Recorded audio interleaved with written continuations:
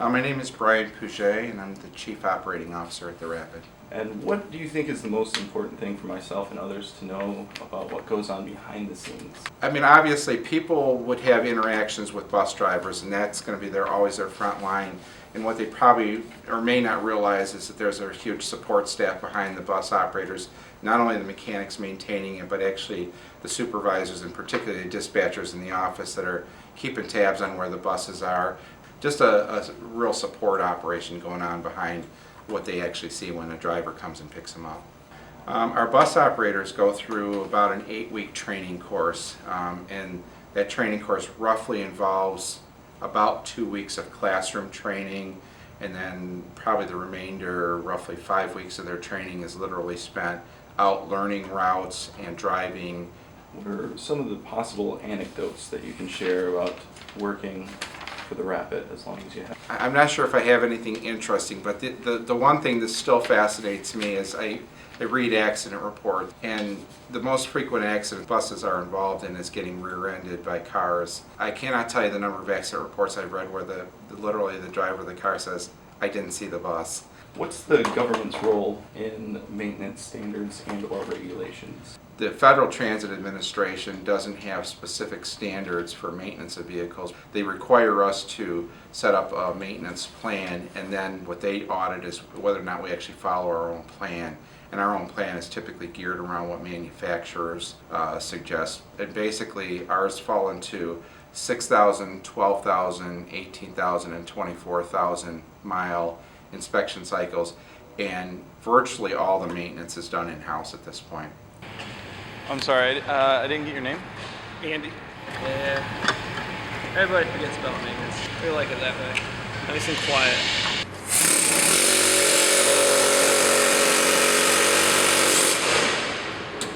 Okay, so this is an 18 then? Yep, that's 18,000.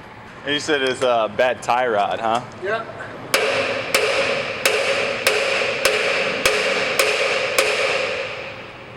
So could you guys basically rebuild a bus with all the parts you have here? Body parts, like the frame and stuff, not really, but like just the regular panels, we got all those in stock. We got tires, rims, tire engines, rebuild kits to rebuild that engine just sitting right over there. Differentials, wheel bearings, just about everything else, yeah. Keeps us busy that way. I'm sorry, what was your last name? Chuck. May I ask what you're doing? I'm inspecting the bus for, and this is a 24,000 buck. And right now I'm doing the exterior of it. We're pulling the battery trays out.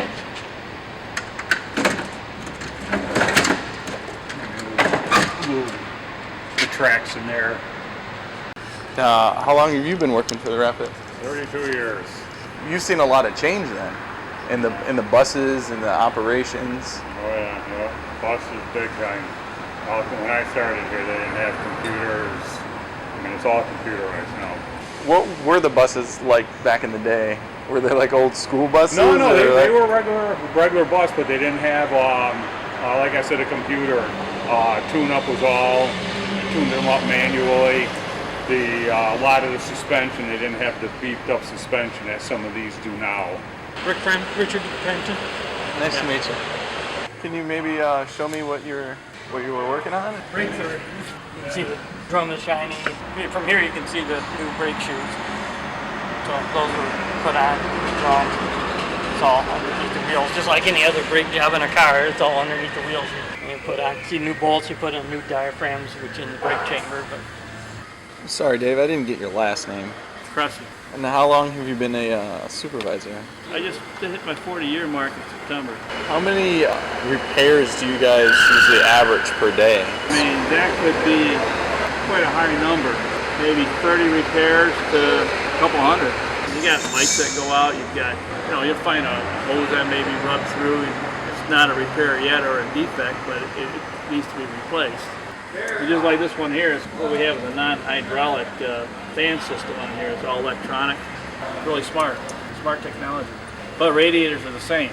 Radiators are radiators. When it starts to leak, it leaks, no matter if it's that type or the other type. How many miles usually get put on a bus before it's switched out?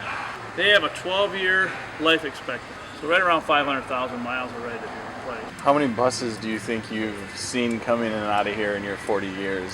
Thousands. I worked in the old garage they had over there on Hall Street before. That was just a nightmare over there. We had no hoist over there. They're all pits and stuff like that. Actually, we had the old horse-drawn streetcars where that garage is. It's still there.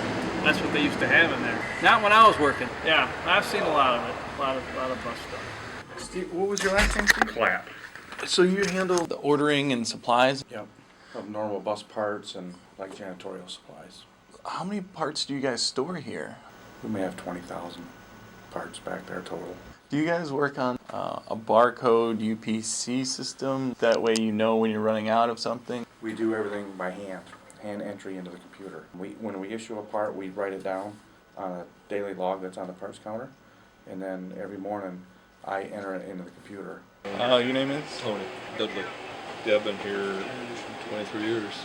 So you guys handle not only the fare boxes, but also the cameras and Cameras, destination signs, annunciators, all your Avail equipment, GPS. The buses know exactly where they are, the Avail system. You know, like say you're approaching Burton and Division, it's all through this system here. And this is what makes it talk, that you're... Lift requested. I built that. I tried to make it just like a bus. You know, 'cause the bus has got 8 cameras, and the bus has got 3 signs. And if the dispatcher or road soups want some video off that bus for that day, all they gotta do is go into their system and say, hey, I want video from bus 1020 from 8:30 to 9:30. When it comes in at night, it'll automatically download to the database. what are you working on? That's actually for paratransit. Yeah, There. the Gold Bus is the one that pretty much handicapped people can call up, request a ride. They show up right to your door and take you to wherever they need to go. You know, you say you're going to be there for a half hour or whatever, and they'll be right there back to pick you up to take you home again. The reason I know is I got a friend, her and her husband are blind. Yeah. How many people do you think they can handle? 15, 16? I think it's Like that. 12, I think it's 12 to like- 15 people. Right, plus 2 wheelchairs. My ex-brother-in-law takes it Yep. because he's in a wheelchair. Rick, you said they said that your first day? Second day. Second day. How did you come here? Or where did you come from? Or Then I worked overseas for 9 tours, which is Iraq and Afghanistan. Well, I was a contractor, but I worked with the military. My main concern is why I went over there is because of what they did to us on 9/11. I had to figure out how to serve my country. That's the way I did it. All my work was contact with the military. Army, Navy, Marines, Air Force, Coast Guard, Special Forces, whole spectrum. Yeah, they treated me like one of their own. Well, after 9 tours with 2 boys and 3 grandkids, I want to be home with my grandkids. Bob, what's your 1020? Hey man, at the intersection of Kalamazoo and Burton, I'm the bus stop right there. You know, right now where you pick up the Ottawa kids, that's just right over there on the right hand side. Right there. Okay, 10-4, stay there. The Protect is headed your way. Lamont, did you copy? Burton, Kalamazoo, 10-4. And the bus, you'll take your clean bus and continue on. I can do that. Thank you very much. 10-4. I'm Charles Booker. I'm a supervisor here at the Rapid Dispatch Road Soup. What we do is primarily is make sure that the windows taken care of. Our drivers are our customers first. No matter how you look at it, they're customer, we're customer care. We take care of them to take care of the community. you guys mind if I ask you some questions? Go ahead. Are you all drivers? Yes, we are. Yep, everybody in this room is drivers. I'm Hudson. Nick. I'm Frank. Domino. Dan. It's based about what we do. Everybody seems to get along with each other. You know, I've been here for 5 years. I've been here 22 years. He's been there and done that. Yeah, well, we can't share the crazy. Stuff you've seen on the bus you can't write down or tell anybody. Exactly. People are liable to do anything. I mean, anything. I started here in 90 and it used to be a lot worse stuff. Now with the cameras and that, when the people know the cameras work, it's a lot better.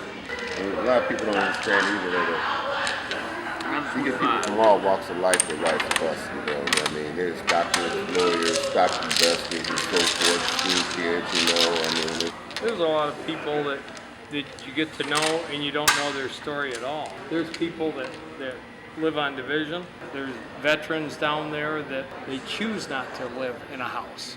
They got enough money in pensions to buy a house. They choose not to. And you get to know them. You know, there's a guy down there that was a Navy SEAL during Vietnam. Lives on the street down there. Which I didn't know, but I was doing the 13, goes out to the VA, and he wrote it, and one lady said, yeah, he was a SEAL during Vietnam. I was like, wow. Chris, I like 9. I grew up on 9, and I like the fast-paced routes. I started out with ambulance, and then went to school bus, and then came here. What are some of the advantages do you think you have working for the Rapid?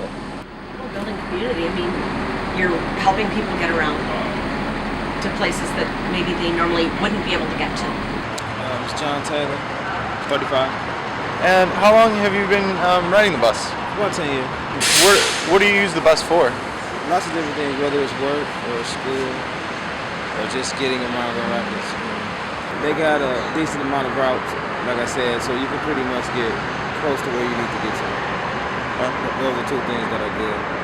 15-minute runs every 15 minutes. You need something? No? We're leaving at 1:15, so you got 9 minutes. My name's Mike Hall, and I'm a driver. I like that I'm not behind the desk every day. You know, I can get out and see different people. I meet a lot of people every day. You know, I'll tell you my favorite story. I got a guy on the bus. He was a white guy, and he had his dreadlocks, and I'm like, man, this guy's gonna be nothing but trouble, you know, whatever. And I heard him singing. But as I started to pay attention, he was singing praise music. It really made me understand you can't judge people by what they look like just because they're riding the bus, because they could be, you know, anybody.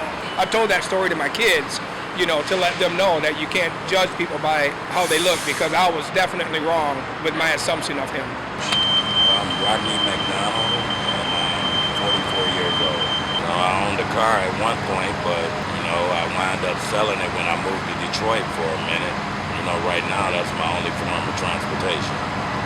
Going traveling to work, visiting friends, you name it, I use it wherever. If they have the buses coming every 15 to a half an hour, you know, you go other places, you know, the buses are constantly late. Well, I think they could branch out a little more. Probably a little longer hours, because if you're going to run to 1 o'clock, might as well run it the whole night, if you ask me.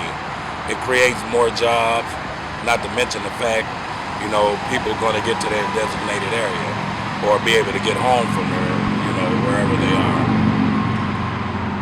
Donnell Harvey, bus driver. How long have you been working for the Rapid? 12 years this spring. What do you enjoy about working with the Rapid? People, the public, but, you know, interacting with the people. I like the 11, which is Plainfield, the 9, which is the Alpine, 4, which is Eastern. I kind of like to keep it real, you know.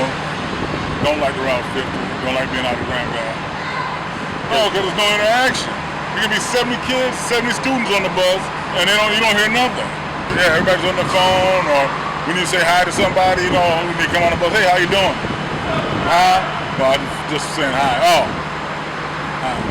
What do you feel that your role in the community is, or how the Rapid helps build a sense of community? People, just go ahead and have a seat, Dan. People being able to make connections, you know, that's a responsibility. People count on you for the ride. Sometimes that's their only transportation.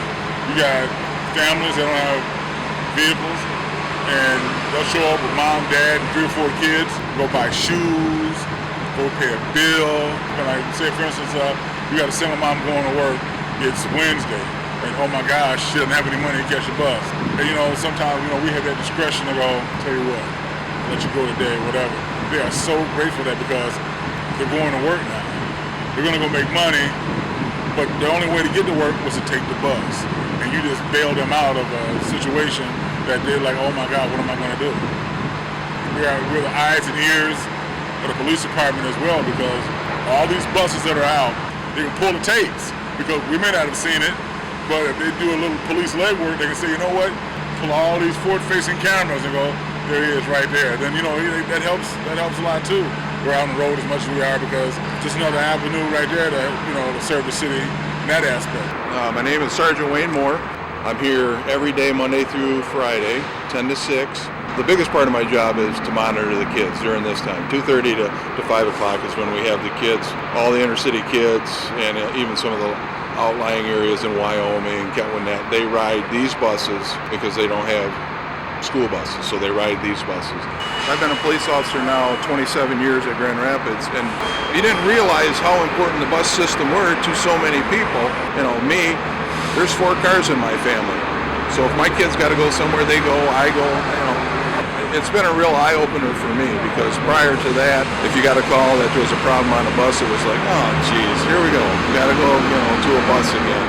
But once I've been down here and watched what the Rapid does, how they connect people with locations all over the city to get to their jobs, to get to church, to get to, you name it. Anything that you and I would be used to jumping in our car and getting to, they rely on the system, and the system is just, it's getting better and better all the time. Oh, it's Katie, and I'm 31. I'm 42. My name is Orlando.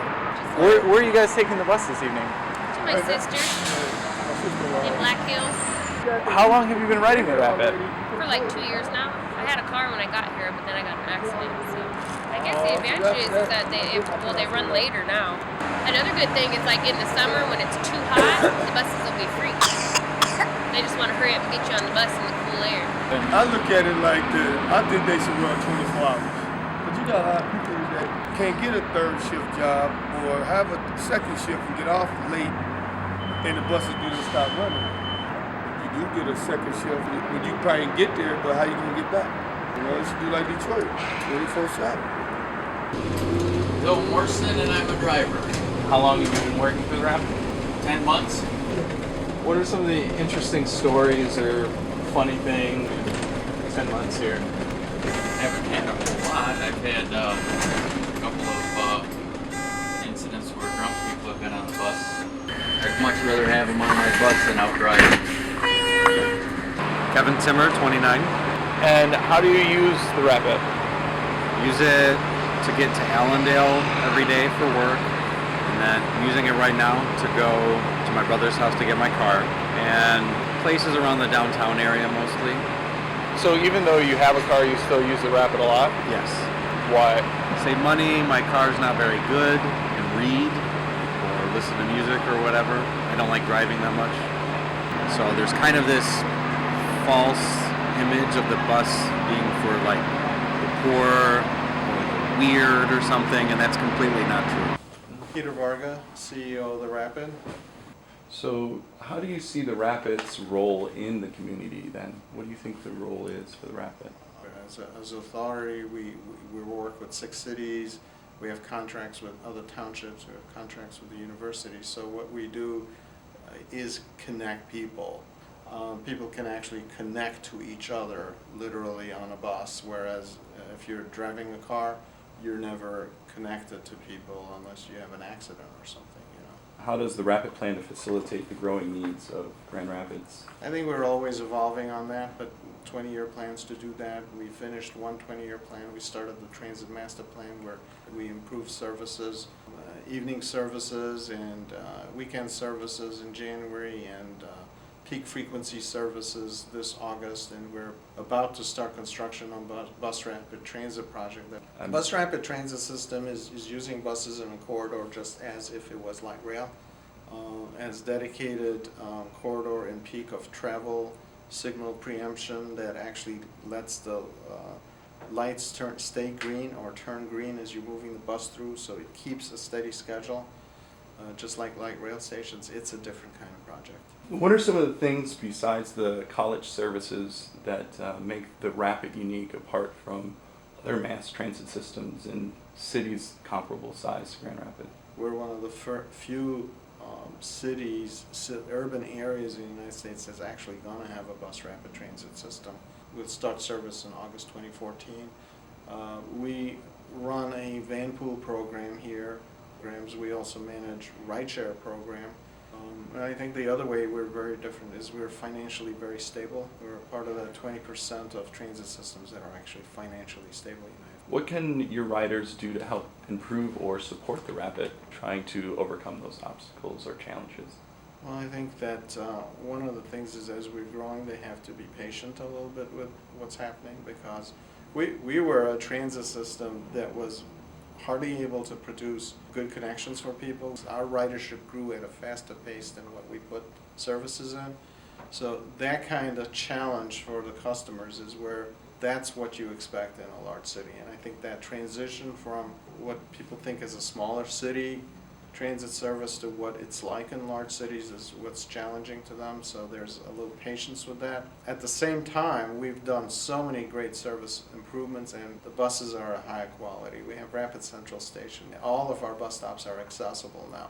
But as we're doing those changes, you know, they have to work with how patient they have to be as we're doing that. Can I get a name and an age? My name is Lo, and I'm 21. How long have you been using the bus? All my life, man. Since I was like 3, 4. You know what I'm saying? You get $1.50, you hop on the bus, you know what I'm saying? That's how you used to rap it. You get a transfer, you go what you need to go. Your destination is there. Stop requested. Please remain seated until coach comes to a complete stop.